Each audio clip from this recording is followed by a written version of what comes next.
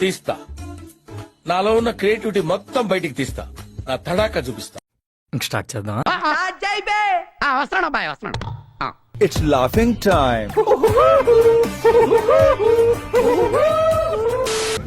ఈరోజు ఎరా వచ్చావా? ఇవాళ కూడా రాకపోతే కనపట్లేదు అని పేపర్లో ఇద్దాం అనుకుంటున్నా. మన దేశం ప్రపంచంలోకెల్లా అతిపెద్ద ప్రజాస్వామ్య దేశంగా ఉంది అంటే అతనెవరో మీకు తెలియాలి. అందుకు ప్రధాన కారకుల్లో డాక్టర్ బిఆర్ అంబేద్కర్ గారు ఒకరు. ఆ విషయం మాకు తెలుసులే. ఈ దేశం లౌకిక దేశంగా అన్ని కులాలు, అన్ని మతాలు, అలాంటివి మీరు మాట్లాడితే కామెడీగా ఉంటదన్నా. అన్ని ప్రాంతాల వారు కలిసిమెలిసి సంతోషంగా ఉండగలుగుతున్నారు అంటే అంత బాగానే ఉంది. దానికి కారణం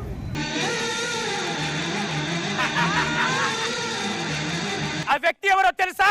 అంబేద్కర్ గారు రచించిన రాజ్యాంగం. ఆయన విగ్రహాలు చూస్తేనే మీకు అర్థమవుతుంది. నాకు అర్థం కాలేదు సార్.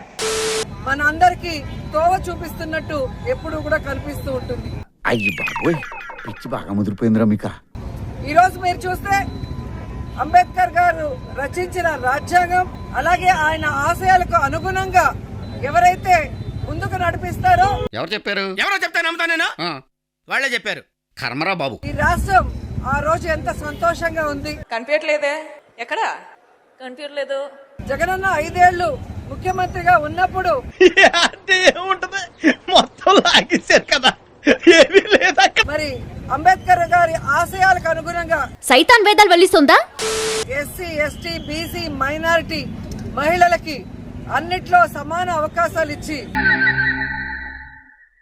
అటు చూడు బే, 3/4 పెట్టుకో. Okay sir. బ్యాక్గ్రౌండ్ కరెక్ట్ గా చూసుకో. అలాగే ఫోకస్ ఇస్ వెరీ ఇంపార్టెంట్.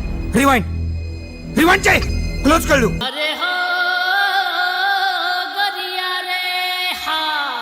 ఇప్పుడు ఎక్కడ కొట్టాలరా నిన్ను? కొట్టకుండా పనే మార్గం లేదా? పేదరికంలో నుంచి వారిని ఎలా బయటికి తీసుకురావటానికి మాటలు నేర్చాడు వీడు. అటు సంక్షేమ పథకాలతో, ఇటు అభివృద్ధి కార్యక్రమాలతో అన్ని కూడా కల్పించడం మనం చూస్తున్నాం.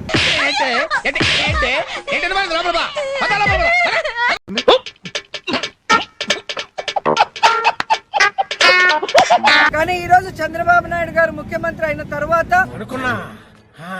అడు తిరిగి నా మీదగా వస్తాడు అనుకున్నా. అంబేద్కర్ గారిని గౌరవించడం లేదు, ఆయన రచించిన రాజ్యాంగాన్ని కూడా గౌరవించడం లేదు. నేను నమ్మను. నమ్మదురా, అడుగు తిరు. ఆశీర్వదించండి మాయా. ఈ రోజు మీరు చూస్తే అంబేద్కర్ గారి రచించిన రాజ్యాంగాన్ని స్ఫూర్తిగా తీసుకోకుండా ఏంటే కౌంటర్ ఇస్తున్నావు?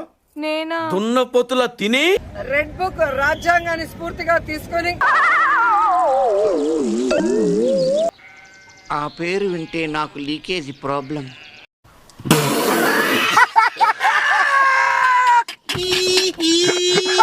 ఈ రాష్ట్రంలో దళితులని ఎలా అవమానిస్తున్నారు, ఫాల్స్, అబద్ధం.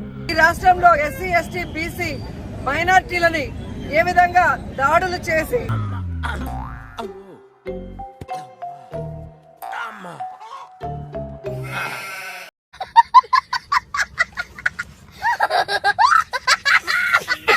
వారికి ఎటువంటి సంక్షేమాన్ని అందించకుండా వారి జీవితాలతో చెలగాటమాడుతున్నారో మనం అందరం కూడా గమనిస్తున్నాం. కారు చూపే నంది ముందు రంగు మార్చిన పంది, కారు కూతలకు వస్తే కపాలం పగిలిపోతే. మళ్ళీ మనకి మంచి రోజులు రావాలి అన్నావా గోవిందా? గోవిందా గోవిందా. ఏదైతే అంబేద్కర్ గారు కోరుకున్నారో సమ సమాజం, తయారయ్యావు, ఇంకా నీకు బుద్ధి రాలా? వెనుకబడిన వర్గాలన్నీ కూడా అభివృద్ధిలోకి రావాలి అని. రేయ్, నువ్వు పక్కనుంటే మంచిదని జ్యోతిష్కుడు చెప్పాడు, అందుకే భరిస్తున్నాను. లేకపోతే నేను ఎప్పుడో చంపేసేవాడిని. అది రావాలి అంటే మళ్ళీ మనం జగనన్నని గెలిపించుకొని ఎందుకు అడుగు తింటానిక?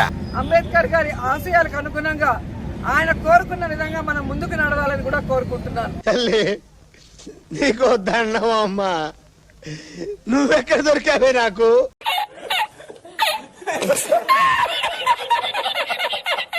ఈరోజు మీరు చూస్తే అంబేద్కర్ గారు రచించిన రాజ్యాంగాన్ని ఎన్ని తరాలు మారినా కూసేగాడిది వచ్చి మేసేగాడిదని సెడదే అదే సెడగొట్టిందని దాన్ని ఆచరించాల్సిందే.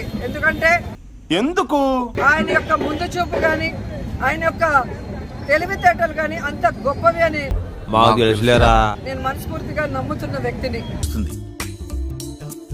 ఎందుకంటే ఆయన ఏ ఒక్క కులానికో ప్రతీక కాదు, ఆయన నిండు భారతదేశానికి ప్రతీక.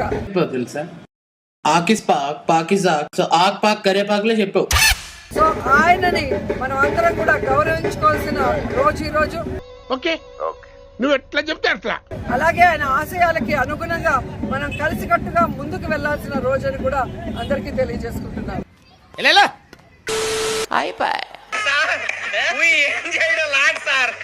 ఈ కార్యక్రమం ఇంతటితో సమాప్తం.